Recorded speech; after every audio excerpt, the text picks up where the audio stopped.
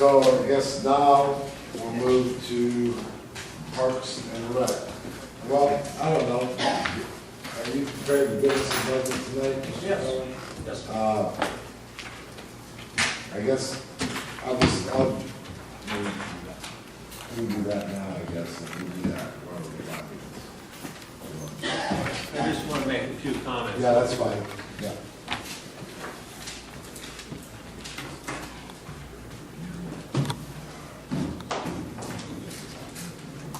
Real fancy research.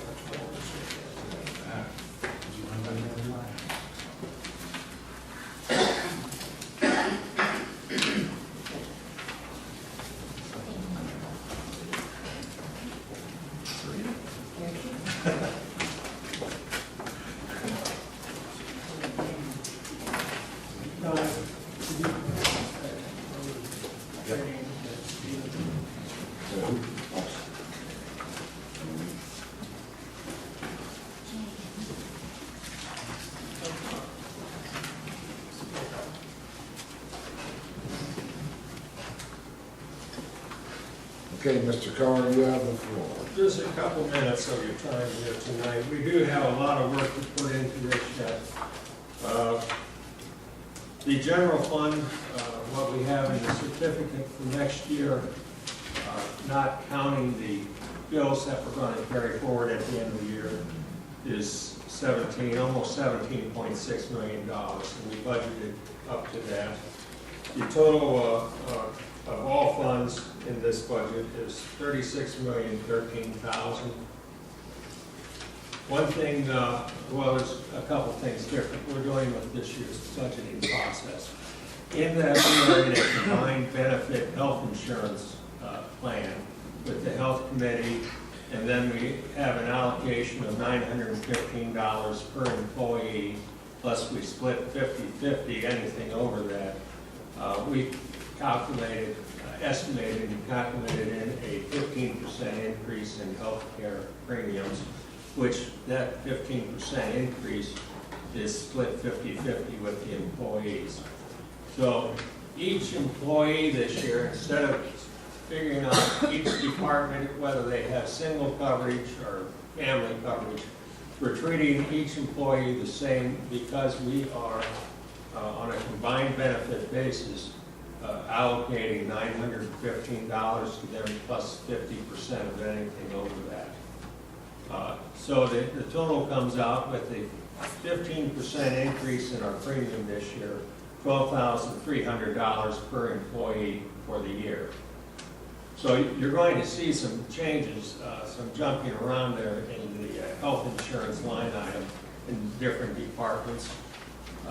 Some go up and some go down.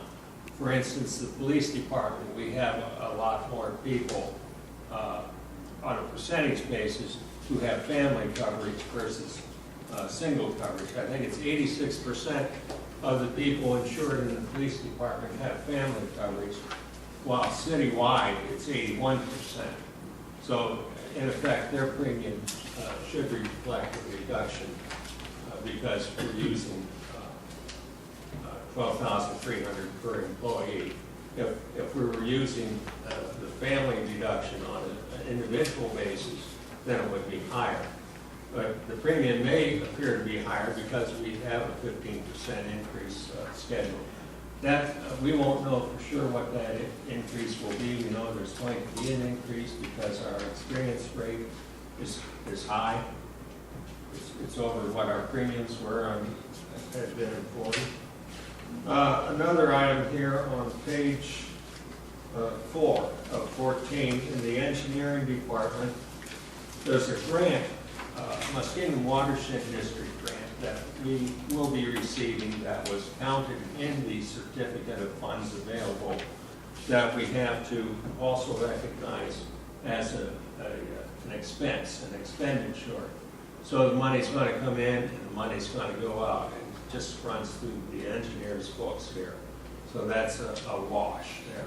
It's not an increase. What is it? What is it? It's a grant from the Massillon Watershed District. It's for the levee project down here. So we'll be preceding that next year, but then we're going to be paying it out right away, and it flows through this, similar to what we had, I believe, in the EPA grants that we had when the old steel mill site had some cleanup work there.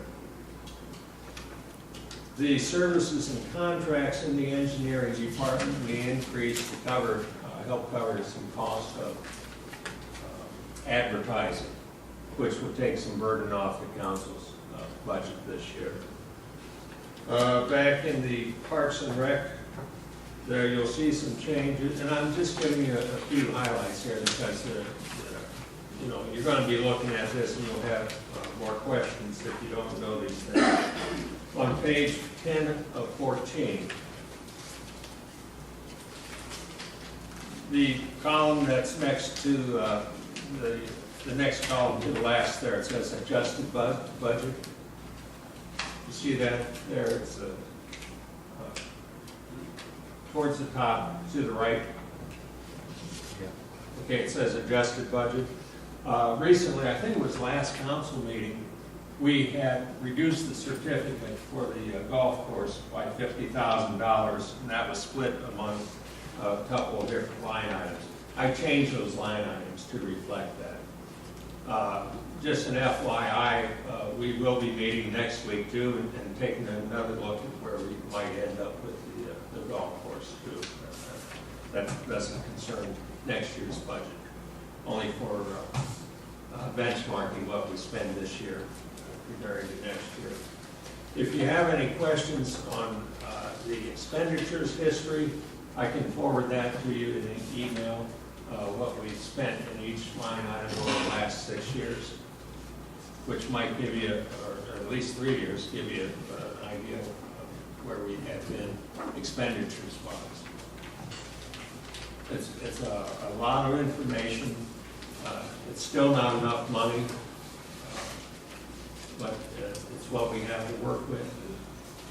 Hopefully, this time next year, the auditor will come in with a smile on her face and say, we have more money to certify, and we'll be able to pay more bills.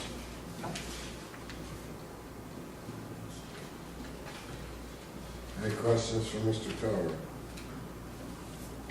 Please contact me between now and next week for any information. Ken, can you make the 6:30 meeting next Yeah. Wednesday? Okay. I guess, is that official enough notice for everything, Mary Beth, if I'm announcing it now? Yeah, I'll send out an email also. 6:30, Monday, an hour prior to the council.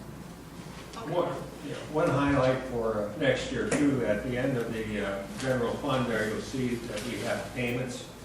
I think it's 600 and some thousand scheduled there. That will also include the last payment on our Lincoln Phase 2 project there, which will be $317,000. So the next year, hopefully that will be freed up there. We'll have to look at the payment schedule for the next year to make sure that some other payments haven't been increased. Jane, that is correct on Lincoln Phase 2. That's next December, isn't it? That's right. Thank you very much. Thanks, Ken.